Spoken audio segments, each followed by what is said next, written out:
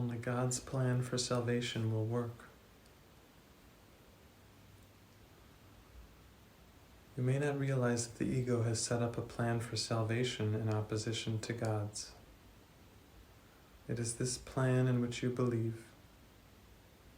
Since it is the opposite of God's, you also believe that to accept God's plan in place of the ego's is to be damned. This sounds preposterous, of course. Yet after we have considered just what the ego's plan is, perhaps you will realize that, however preposterous it may be, you do believe in it. The ego's plan for salvation centers around holding grievances. It maintains that if someone else spoke or acted differently, if some external circumstance or event were changed, you would be saved. Thus, the source of salvation is constantly perceived as outside yourself. Each grievance you hold is a declaration and an assertion in which you believe that says, if this were different, I would be saved. The change of mind necessary for salvation is thus demanded of everyone and everything except yourself.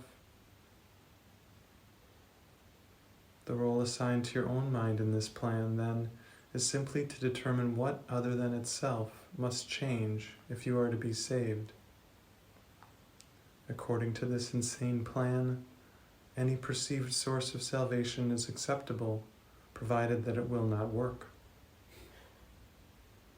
This ensures that the fruitless search will continue, for the illusion persists that although this hope has always failed, there are still grounds for hope in other places and in other things. Another person will yet serve better. Another situation will yet offer success. Such is the ego's plan for your salvation. Surely you can see how it is in strict accord with the ego's basic doctrine, seek but do not find. For what could more surely guarantee that you will not find salvation than to channelize all your efforts in searching for it where it is not? God's plan for salvation works simply because by following His direction, you seek for salvation where it is. But if you are to succeed, as God promises you will, you must be willing to seek there only. Otherwise, your purpose is divided, and you will attempt to follow two plans for salvation that are diametrically opposed in all ways. The result can only bring confusion, misery, and a deep sense of failure and despair. How can you escape all this? Very simply. The idea for today is the answer. Only God's plan for salvation will work. There can be no real conflict about this, because there is no possible alternative to God's plan that will save you. His is the only plan that is certain in its outcome. His is the only plan that must succeed. Let us practice recognizing this certainty today, and let us rejoice that there is an answer to what seems to be a conflict with no resolution possible. All things are possible to God. Salvation must be yours because of His plan, which cannot fail. Begin the 2 longer practice periods for today by thinking about today's idea and realizing that it contains 2 parts, each making equal contribution to the whole. God's plan for your salvation will work, and other plans will not. Do not allow yourself to become depressed or angry at the second part. It is inherent in the first. And in the first is your full release from all your own insane attempts and mad proposals to free yourself. They have led to depression and anger. But God's plan will succeed. It will lead to release and joy. Remembering this, let us devote the remainder of the extended practice periods to asking God to reveal His plan to us. Ask Him very specifically, what would you have me do? Where would you have me go? What would you have me say, and to whom? Give Him full charge of the rest of the practice period, and let Him tell you what needs to be done by you in His plan for your salvation. He will answer in proportion to your willingness to hear His voice. Refuse not to hear.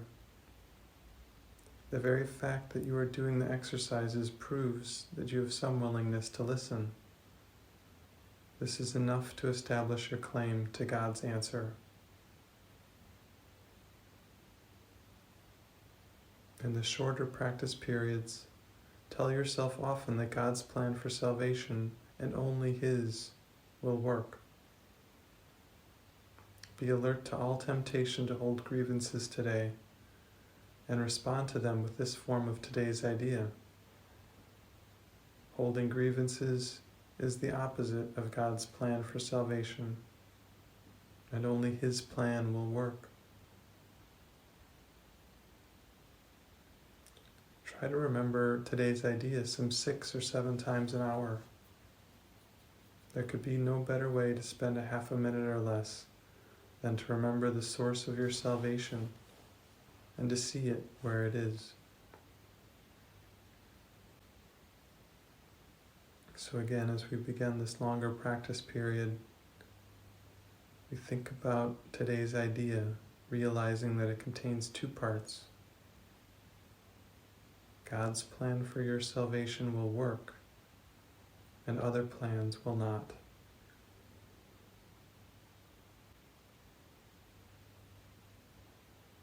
And after reflecting on this, we ask God very specifically, what would you have me do? Where would you have me go? What would you have me say?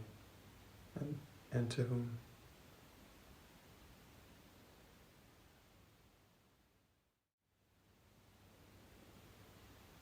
Bluetooth waiting for connection. Oh.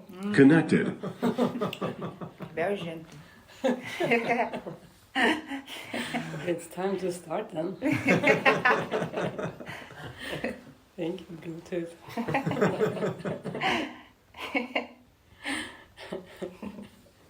Was that you who connected? No, I didn't know anything. You did it.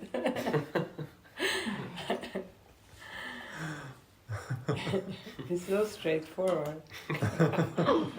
Straight talker. Yeah.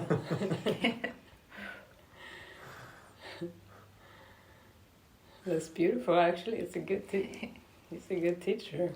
Yeah. That's all we need. We can sit and say the same thing. We wait for connection. Connected.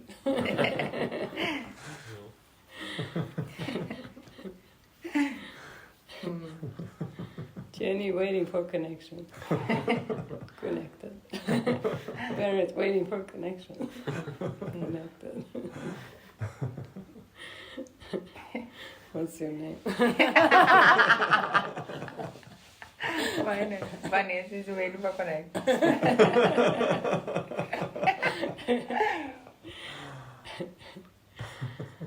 Yeah.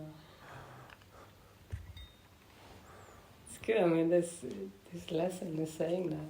It's like wait till you hear what to do and what to say. Like wait for connection. Don't follow the ego's plan for salvation. He's very straightforward too. Jesus, like the Bluetooth. He's saying that you may not realize that the ego has set up a plan for salvation in opposition to God's. It is this plan in which you believe.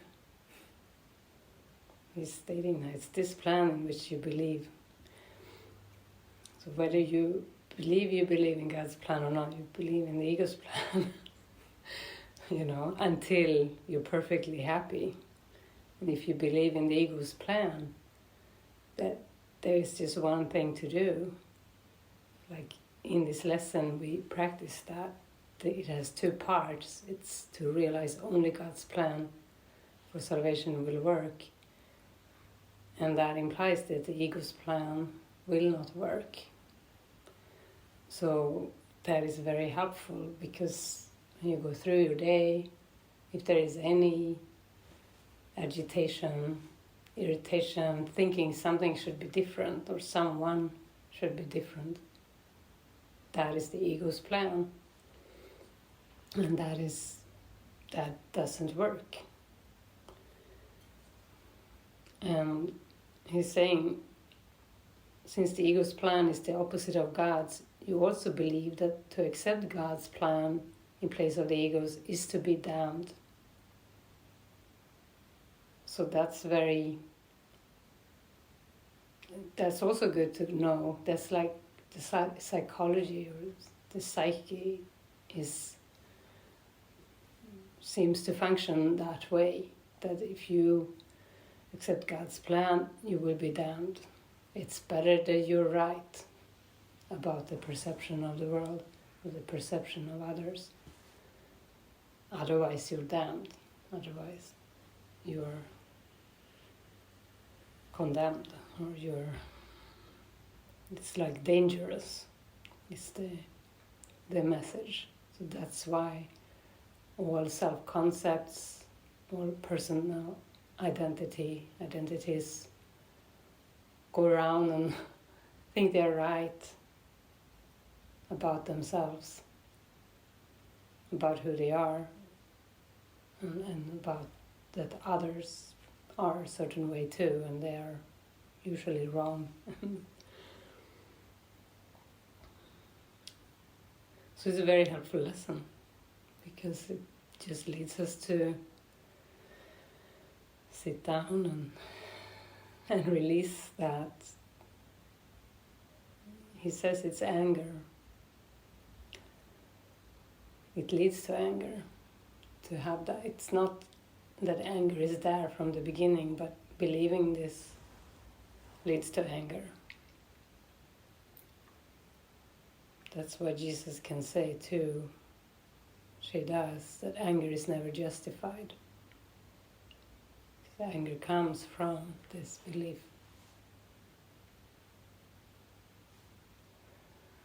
That the ego's plan will work. That's why there is anger.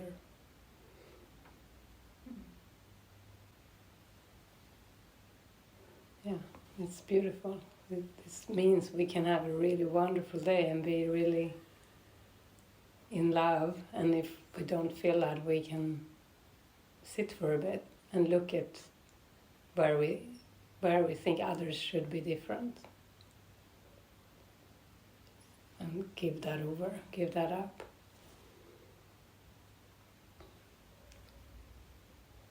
Because it says also in lesson 34 that it's from your peace of mind that a peaceful perception of the world arises. It's the same thing. It's only from that place.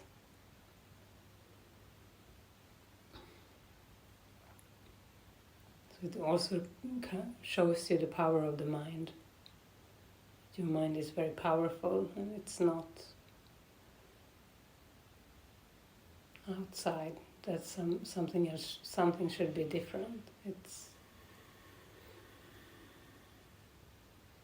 the power of the mind lies in that, in peace, in finding peace of mind and letting go of the ego's plan for salvation. The holding on to grievances.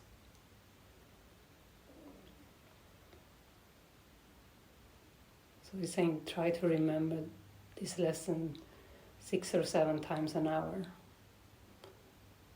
That should cover the whole day, if there is a grievance coming up. So to do this lesson.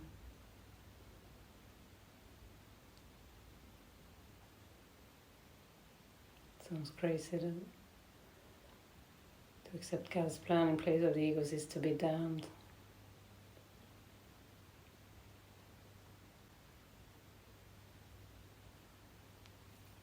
It's interesting to consider.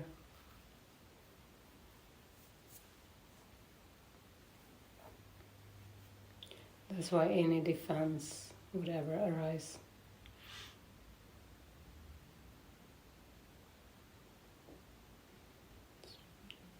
You believe you're damned if you accept God's plan.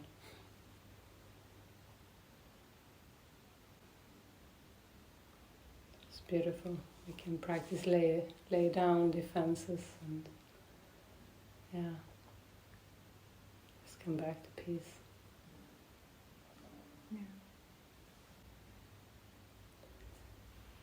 He's really putting our attention onto what the ego's plan for salvation is.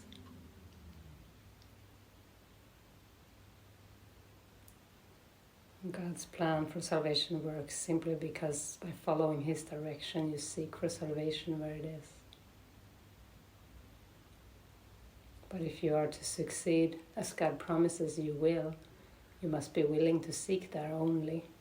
Otherwise, your purpose is divided, and you will attempt to follow two plans for salvation that are diametrically opposed in all ways. The result can only bring confusion, misery, and a deep sense of failure and despair. How can you escape all this? Very simply, the idea for today is the answer. Only God's plan for salvation will work. There can be no real conflict about this because there is no possible alternative to God's plan that will save you. His is the only plan that is certain in its outcome. His is the only plan that must succeed.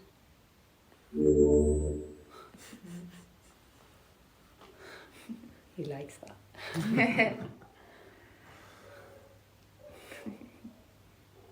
I think it's beautiful. I mean, he's actually not actually stating in words what God's plan is.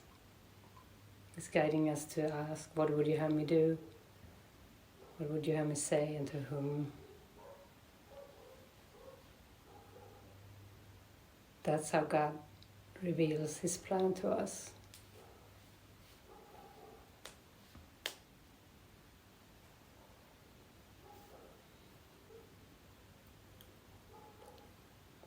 Give God full charge of the rest of your practice period and let Him tell you what needs to be done by you in His plan for your salvation. He will answer in proportion to your willingness to hear His voice. Refuse not to hear. The very fact that you're doing the exercises proves that you have some willingness to listen. This is enough to establish your claim to God's answer.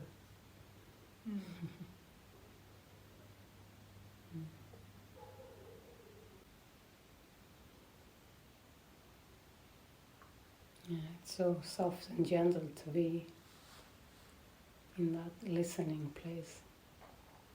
Just be open.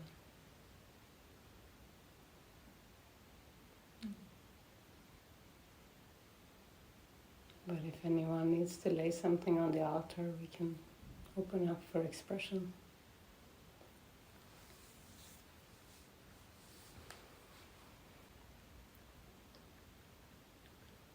I'd like to share something.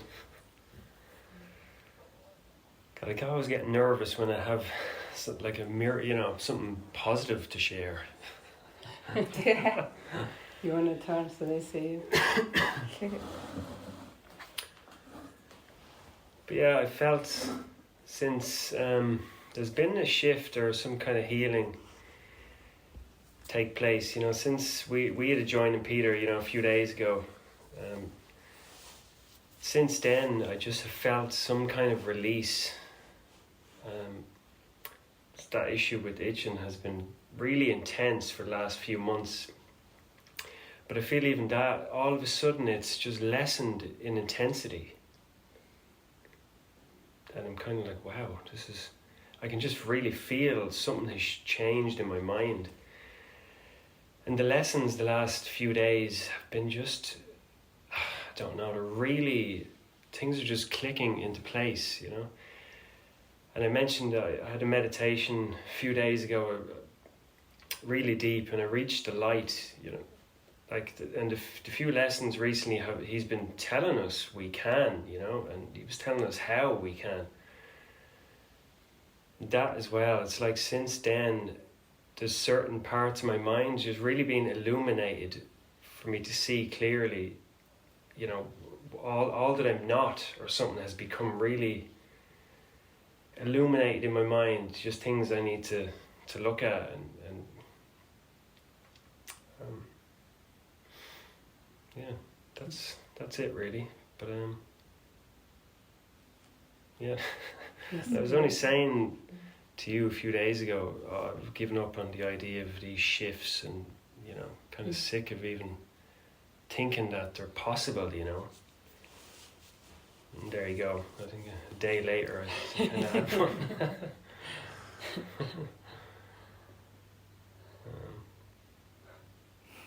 That's beautiful. Yeah, like just the light. It's like it's all made sense. Like we are the light, you know, and merging with it to some extent. I don't think I went fully into it, but I can't really explain it. It's like afterward I could see, you know, just what I'm not became so apparent in my mind, or the blocks to what I really am became so illuminated in my mind. And it's really just guilt, really, some attraction to guilt that is playing out, you know, that seems to be always playing out. But yeah, we really, God, the lights, he says in, was it yesterday's lesson? Like the answer, our salvation is the light, that it's there, it's there in our minds. Like the answer is right there, and he tells us how to find it in our minds. So, yeah. Yeah. He keeps saving us time. He keeps laying it out. Yeah. Because the ego is like, doesn't know it or doesn't see, of course, from the ego. The roadmap. Yeah. Thanks for sharing. Yeah. Thank you. Thank you.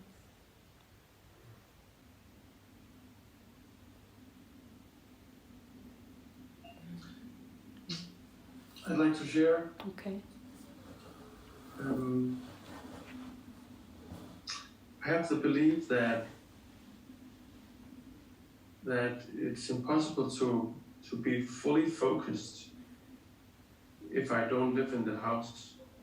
There is some kind of, in my place, there is some kind of belief that I need to wake up in the house to feel that fully thing. And yeah, and then also when I see you all gathered today and you are happy, then that brings me to the conclusion that, oh, now I'm gone, now Jenny and Barret are down and they're all happy and questioning myself and my presence, and yeah. So I could see yesterday when I was walking home about the belief in the place, that it is a belief that some places are more healing than others. But I still believe it a little bit, I think. Good. You're onto something here. Yeah. Because I don't think it was necessarily true that you were more focused when you were here. So it's good to see that what the mind does, you know. Something outside should be different for you to be happy, but that's such a trick. Because if you're here, you think something else should be different for you to have clarity and focus. Yeah. Sometimes I did think that. Yeah.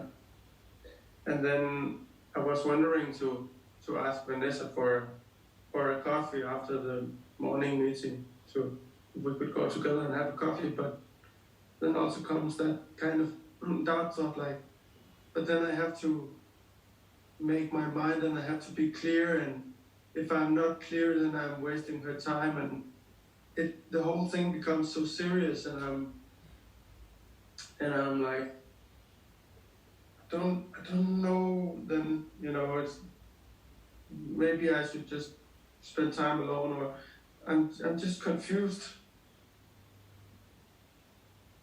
And I don't know what to do. Gentleness. Yeah, so. Yeah. Okay, yeah. Gentleness with yourself. And to not think that you have to orchestrate reality. You can even just express, I have a wish to go for coffee. I'm scared that I won't be clear and focused, but there is a wish. You know, and then give it over. See, does it come in? You know, just allow it to come in or not. You know, give over the outcome. Okay.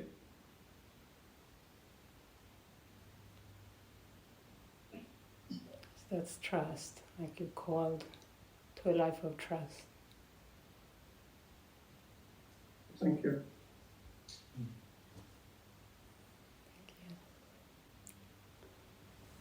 Oh, you had a very mystical experience 2 days ago. Yeah. Yeah, it's even hard, like, what do I say about it? It was, So high. That was light. Yeah. Yeah, I had the thought as you were sharing, Matthew, maybe we went high together or something, you know, because it was around that same time. Yeah. It happened before, I think. We seem to be experiencing really deep meditation. Yeah. Interesting. Yeah. It's just, yeah, the world gets thinner in a way. It's, yeah. It's just an opportunity to share love.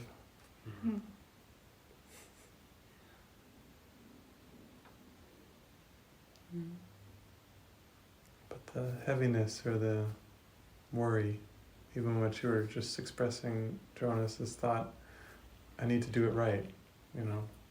Do I have coffee? Do I not have coffee? Should I be by myself? All that sort of pressure. It just, in that space, in that mindset, there's no worry about any of it. You know you can't do anything wrong, really. You can't not be that light, you know, you can't. You've never really sinned or have cause for guilt. And the future can't go wrong. Because it's already happened. Like it's like there is no future or past. And at least it's thin. Like you say, it's no, it cannot go wrong. Because your life isn't there. Life is not in the future. Life is just in that state of mind.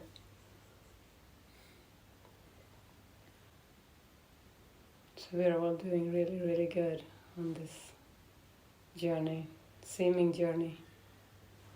Can you hear? It's a bit faint at times, but yeah. I just said we're all doing really, really good on this journey. There is a lot of willingness to heal and go within and to find out the trickster, like what we read today. The ego has this plan for salvation, and if we don't watch out, that's what we will be relying on, you know. If we don't watch our mind or watch that trickster, we will be caught in it and believe that is it. So, but I feel everyone here has this willingness to heal and to not choose that erroneous guide in quotes. It's not a good guide, but it will happily, quote, happily try to guide us all the time if we don't watch out. Like the ego will. So just, it's almost like shaking it off, like realizing, oh, what have I been doing? What have I been listening to? You know, if there is any kind of doubt, sorrow, grievance, anger, something is wrong, something needs to be figured out. All of that is the ego. Something needs to be planned. It's the ego.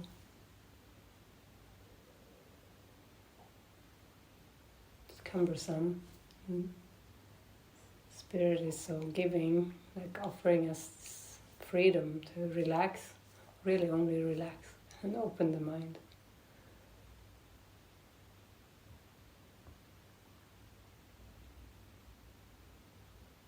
And then be guided. Ask, what would you have me do? What would you have me say? And to whom? Where would you have me go? That's beautiful. We just booked tickets to Greece. Spirit has us go to Greece at the end of April for a few days or for a week.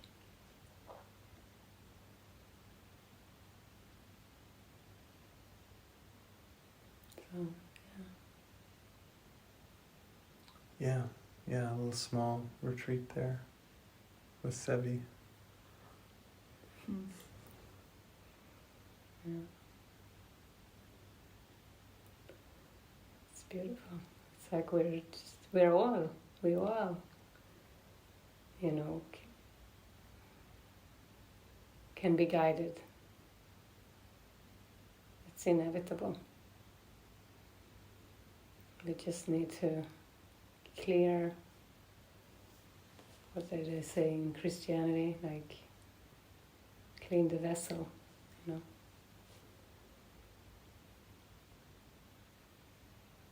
It's really just clear away the ego thinking. And that is definitely possible, inevitable.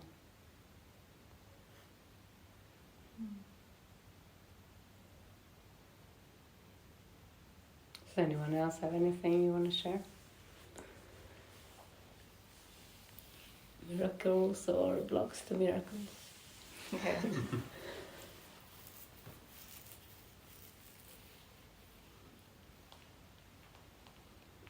God's plan for salvation or the ego's plan for salvation?